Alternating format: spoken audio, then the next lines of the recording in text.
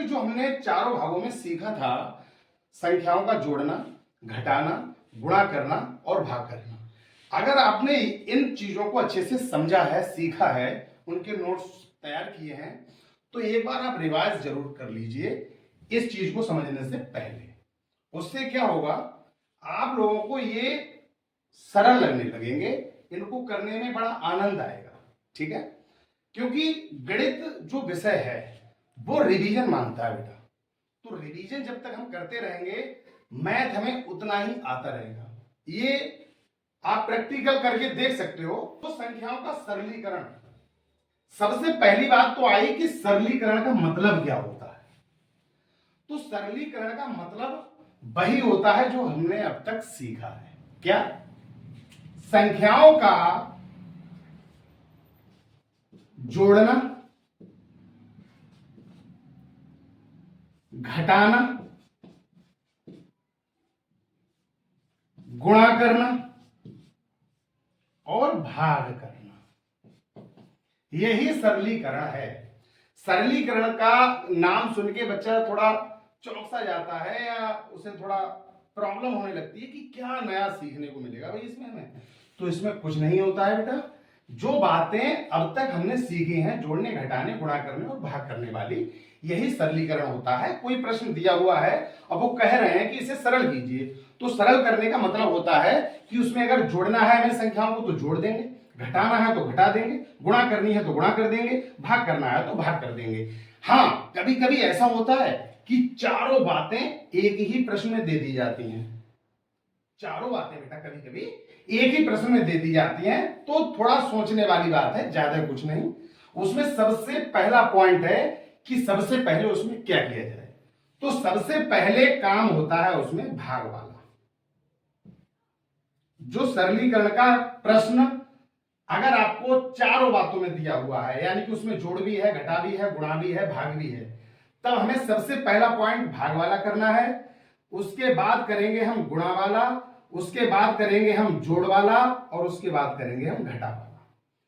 भाग करना, गुणा करना आप जानते होगे, जोड़ना भी जानते होगे। एक बार दोबारा समझ लो, जोड़ना क्या होता है, समान चिन्हों की संख्याओं को जोड़ दो, असमान चिन्हों की संख्याओं को लास्ट में जाके घटा दो। ये हमारा पूरा सरलीकरण आ जाएगा। यानी कि सरलीकरण में यही काम करना है हमें, बस और कुछ भी नहीं करना है। अच्छा, अब इसमें एक बहुत प्यारी बात कि हमने अभी इन चीजों के उदाहरण समझाए थे, जैसे 2 में 4 जोड़ दिए, या 5 की 4 से गुणा कर दी, या -6 से 7 की गुणा कर दी, या -10 से भाग कर दिया, -2 से, -10 को भाग कर दिया -2 से। तो यही काम क्या है, एक सीखे हैं गणित सीख गए? नहीं, ऐसा नहीं है। सीखने में आनंद अब आएगा आपको। ये तो हमने चीजें जो बताई हैं अभी तक, ये आपको मैथ के लिए एकदम परफेक्ट आपका जो स्टार्टअप है वो कर देंगी बस। यानी स्टार्टअप को आपके शुरू कर देंगी। हमें किन किन संख्याओं का सरलीकरण करने को दिया जा सकता है, या जोड़ घटा गुणा भाग दिया जा सकता है। अभी तक आपको सही बताएं तो हमने चारों बातें आपको नोट सहित बताई थी और उदाहरण भी सहित बताई थी। उदाहरण हमने मालूम किन का दिया था? उदाहरण हमने लिया था सबसे पहला, वही लास्ट था क्योंकि वही उदाहरण लिए थे अंकों के। अंकों के नहीं लिखो, इसको लिख लो पूर्णांक। पूर्णांकों के उदाहरण हमने समझाए थे आप लोगों को अभी तक। पूर्णांक क्या होता है, जैसे इसका नाम ही बता रहा है आपको, पूर्ण अंक, मतलब पूरे पूरे अंक। और ये दो प्रकार के होते हैं बेटा।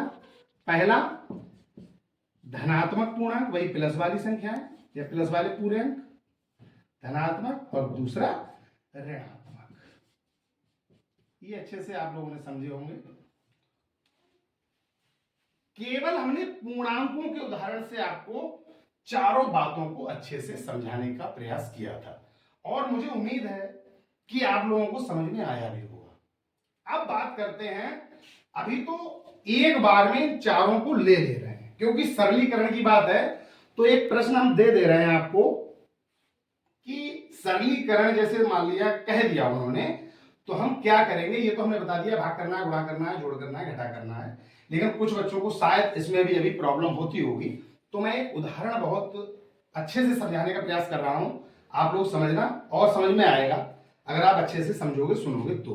उसके बाद मैं बताऊंगा आपको कि ये सरलीकरण हमें जो करना है वो केवल पूर्णांकों का नहीं बल्कि इनके साथ साथ किस किस के प्रति हमें ध्यान देना है, किन किन बातों को हमें ध्यान में रखना है और किन किन संख्याओं का करना है, ये भी बताएंगे हम आपको 5 मिनट के अंदर। ठीक है, एक उदाहरण पहले ये समझ लो कि सरलीकरण पूर्णांकों का आ जाए, क्योंकि अभी तक हमने अलग अलग किया था जोड़ घटा गुणा और भाग, एक ही में आ जाए तो क्या करोगे। जैसे एक प्रश्न दे रहे हैं हम आपको, मान लिया ये है 4, माइनस के दे दिए 2, भाग दे दिया फिर 2, यहां पर दे दिया गुणा 3 और यहां पर एक प्लस का दे दो, मान लिया 1। ठीक है, तो ये 4 बातें इसमें हो रही हैं, आपको देखने को मिल रही होंगी कि प्लस भी है, गुणा भी है, भाग भी है, घटा भी है। तो सबसे पहला कार्य हमने बताया था कि ऐसे सवाल अगर आपको मिल रहे हैं, सरलीकरण है लेकिन करना यही है, जोड़ना घटाना गुणा करना भाग करना, उसमें बस एक बात ध्यान रखना कि पहले क्या करना है। तो पहले करना है बेटा भाग, यानी कि ये वाला चिन्ह जहां दिखाई दे रहा है पहले उसको आप सरल कर लो, हल कर लो और इन सभी को ऐसे ही रख दो बस 4। अब इनका देखो ये भाग का निशान है, तो माइनस को भाग दिया जा रहा है प्लस से, तो प्लस से भाग देंगे माइनस को, चिन्ह हमने बताया था माइनस आता है, और 2 से 2 को भाग देंगे तो 2 एकम, यानी कि अब बचे गुणा में 3 है प्लस का 1 है। ये लाइन पूरी हो गई, दूसरी लाइन पे आ जाओ। अब हमें देखना है गुणा, तो गुणा यहां पर कहां लगी हुई है, 1 और 3 के बीच में, कोई बात नहीं 4 की 4 ऐसे ही लिख लो, ये माइनस का 1 है प्लस के 3 है तो माइनस के कर दो 3 एकम 3, प्लस का 1 ऐसे ही लिख दो। ये कंप्लीट हो गई हमारी दूसरी बात। तीसरी बात क्या करना है, जोड़। जोड़ मैंने बताया कि प्लस से नहीं पहचाना जाता है बेटा, जोड़ को पहचानने के लिए हम समान चिन्हों की संख्याएं आपको दिख रही होंगी, ये प्लस के हैं, ये माइनस के हैं, ये प्लस के हैं, तो प्लस के ये हैं, प्लस के ये हैं, तो इन दोनों को हम जोड़ देंगे, यानी कि 4 और 1 यानी कि प्लस के हो जाएंगे अपने 5, माइनस के 3 बचे, ये बाद में लिख दो। अब हमें देखना है घटा, चौथा पॉइंट। घटाने वाली बात माइनस से नहीं पहचानते हैं बल्कि विपरीत या असमान चिन्हों से पहचानते हैं। यहां पर आपने देख रहे होंगे कि प्लस के 5 है माइनस के 3 है, तो ये संख्या आपस में घटेंगी, और मैंने ये भी पॉइंट लिखवाया था कि जब घटते हैं तो शेष बचेंगी उस चिन्ह की जिसकी अधिक होंगी, तो अधिक 5 है यानी कि प्लस के हैं और माइनस के 3 है, तो यानी कि यहां पर बचेंगे प्लस के 2, आप प्लस के 2 लिख दो या केवल 2 लिख दो, आपका ये आंसर हो जाता है। ये होता है बेटा सरलीकरण। सरलीकरण जो हमने सीखा, जोड़ घटा गुणा भाग, फर्स्ट क्लास में भी आपकी शुरुआत हो जाती है जोड़ने घटाने गुणा और भाग करने वाली। 6th क्लास में या 5th क्लास में कह दिया जाता है सरलीकरण कीजिए। सरलीकरण का मतलब जो सीखा है अब तक वो करना है, ये नहीं कि सरलीकरण आ जाए और आप भाग खड़े हो, तो ये ध्यान रखना है। तो सरलीकरण मैं समझता हूं आप पूर्णांकों का समझ गए होंगे। अब किन किन संख्याओं का हमें सरलीकरण करना है ये नोट्स हम आपको लिखवा दे रहे हैं आज। पहला पॉइंट आपका क्लियर हो गया पूर्णांक वाला। ये अगले वीडियो में हम जो भी नोट्स लिखवाने जा रहे हैं आपको, अगले वीडियो में हम एक एक या दो दो करके लेंगे, क्योंकि ये बहुत बता देते हैं तो थोड़ा आप भी बोर हो जाओगे। तो मैं समझता हूं कि मैं वो बात बताऊं और उतनी बताऊं जो आपको समझ में भी आए और आपको आनंद भी आए। ठीक है, दूसरा पॉइंट पूर्णांक के बाद इसमें हमें सीखना है बेटा दशमलव संख्याओं का। दशमलव संख्याओं का क्या करना है, सरलीकरण, यानी कि जोड़ घटा गुणा और भाग।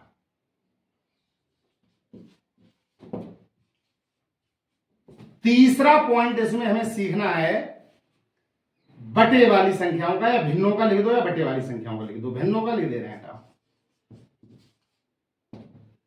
भिन्नों का या भिन्न संख्याओं का, या भिन्नों का या बटे वाली संख्याओं का।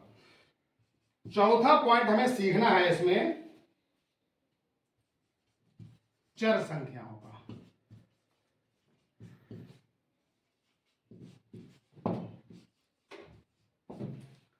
अचर संख्याएं यही होती हैं पूर्णांक यानी कि अंक वाली।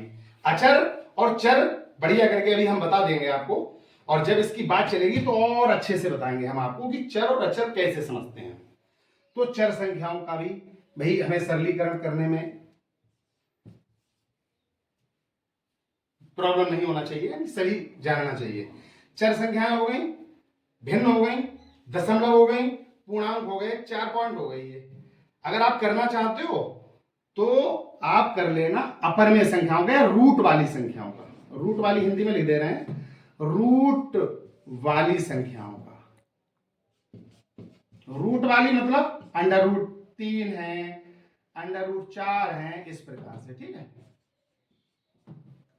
छठा पॉइंट लिख लो, ये भी काम तो आएगा ही, जितना सीख लो बढ़िया बात है। छठा पॉइंट हम लिखवा रहे हैं पूर्णांक के, और इन सबके बाद आता है एक रह गया, कौन सा रह गया भाई, हाँ, जो रोमन अंक होते हैं उनका, यानी रोमन संख्याओं का या रोमन अंकों का, ठीक है।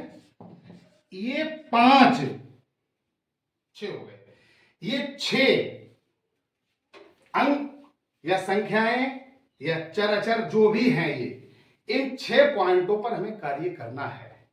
किसका? सरलीकरण का। सरलीकरण बोले तो जोड़ने वाला, घटाने वाला, गुणा वाला, भाग वाला, या सभी एक बार में दे दे तब भी। तो इतना आज मैं समझता हूं काफी है आप लोगों को, ये अच्छे से नोट करना। अगला पॉइंट जो स्टार्ट होगा आपका, वो यहां से करेंगे हम दशमलव संख्याओं के जोड़, घटा और गुणा भाग से। इसके बाद भिन्नों से, बटे वाली संख्याएं, परिमेय संख्याएं भी होती हैं, P/Q के रूप में जो लिखी जाती है, ठीक है। इन सभी का आपको सरलीकरण आ गया तो मैं समझता हूं 1 से लेकर आप 5th क्लास तक का, बल्कि 6th 7th 8th तक का भी मैथ बहुत आसानी से करने में कामयाब हो पाओगे, क्योंकि ये बातें आपकी बेसिक है। और बेसिक चीजें अगर हम लोग समझ लेते हैं अच्छे से, तो मैं समझता हूं मैथ कोई भी कठिन नहीं समझेगा इन चीजों को अच्छे से क्लियर करने के बाद, ठीक है। तो आज के लिए बस इतना ही। Thank you very much.